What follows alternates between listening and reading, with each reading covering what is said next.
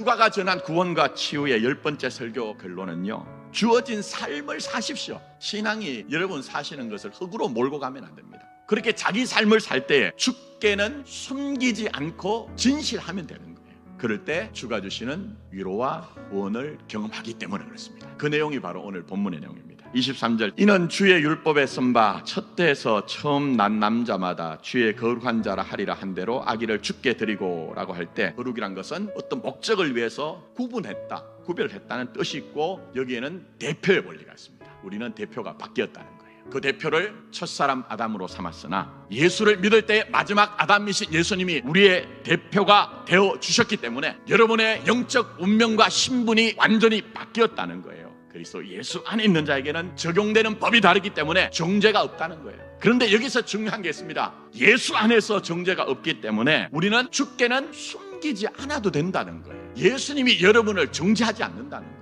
이어지는, 또 칼이 마음을 찌른 듯 하리는 여러 사람의 마음의 생각을 드러내려 합니다 얘기했습니다. 예수님의 아픔, 마리아의 고통과 아픔을 통해 여러 사람의 마음의 생각을 드러내려 합니다. 1차적으로는 오늘 본문에 있는 시몬과 안나의 마음이 어떤가를 드러낸다는 거예요. 당시의 성전은 제사장이 있었습니다. 제사장은 정통 제사장이 아니라 헤롯 왕가가 임명한 제사장으로 성전에서 쉽게 말씀드리면 사업을 하고 있었던 거예요. 그런데 이런 현실을 살던 당시 사람들은 견디다 못해 고향을 버립니다. 자기 가족을, 집을 버리고 유랑하던 사람들이 부지기수였습니다. 그렇게 유랑하던 사람들 중에는 먹고 살기 위해서라도 강도짓을 할 정도로 비참한 시절이었습니다. 그런 현실을 살던 시몬이 의롭고 경건하여 이스라엘의 위로를 기다린다. 이 사람이 얼마나 찢긴 가슴을 가지고 아픈 마음을 가지고 살고 있었던 것인지, 내가 동서남북 어디를 돌아봐도 희망 하나 없는 것처럼 보여지고 내게 위로가 되는 것이 아무것도 없기 때문에 전적으로 주의 위로만을 기다리는 그런 아픈 가슴을 안고 살았다는 것을 지금 우리에게 보여주고 있는 거예요. 근데 그런 시몬이 예수님을 만납니다. 그 아래 있는 안나는 어떻습니까? 출신이 아셀 지파래요. 그리고 중요한 건 여선지자라는 정보를 제공하고 있습니다.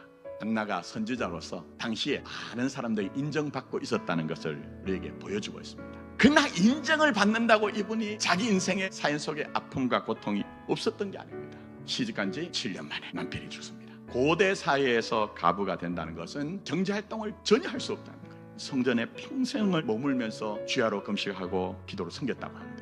근데 저는 이 말씀을 묵상하면서 이런 안나의 삶이 어쩌면 더 아프고 쓰리고 고통스러울 것이라고 생각합니다. 당시의 성전은 성전답지 못한 그런 곳이었다고. 제사장들은 성전을 장사하는 것처럼 그렇게 만들어버린 그곳에서 안나가 평생을 성전에 머물며 밤낮으로 금식하며 기도했던 것은 뭡니까? 하나님, 이 나라를 살려주십시오. 이 성전을 살려주십시오. 하나님의 위로가 아니면 저 백성들이 도무지 구원을 얻을 수가 없습니다 하는 그런 아픈 마음을 가지고 그 성전에 머물지 않았겠느냐 하는 것입니다. 학자들 얘기는 안나가 기도로 섬겼다는 것은 정결례에 올라오는 가정들을 기도 도와줬다는 그런 의미라고 이해합니다. 왜 그럴까요? 아픔 속에 사명이 있는 겁니다. 안나는 자신이 결혼한 지 7년 만에 평생을 가부로 살 수밖에 없는 아픈 사연을 통해 자기 인생의 의미와 사명을 발견한 거예요. 진짜 하나님 믿는 사람들이 희귀해져가는 그런 시대 속에 한 가정이라도 신앙 때문에 올라와서 정결례식을 한다. 내가 이 가정을 도와줘서라도 정말 온전한 신앙을 가지도록 해야 되겠다. 그런 마음이 많이 있을 겁니다.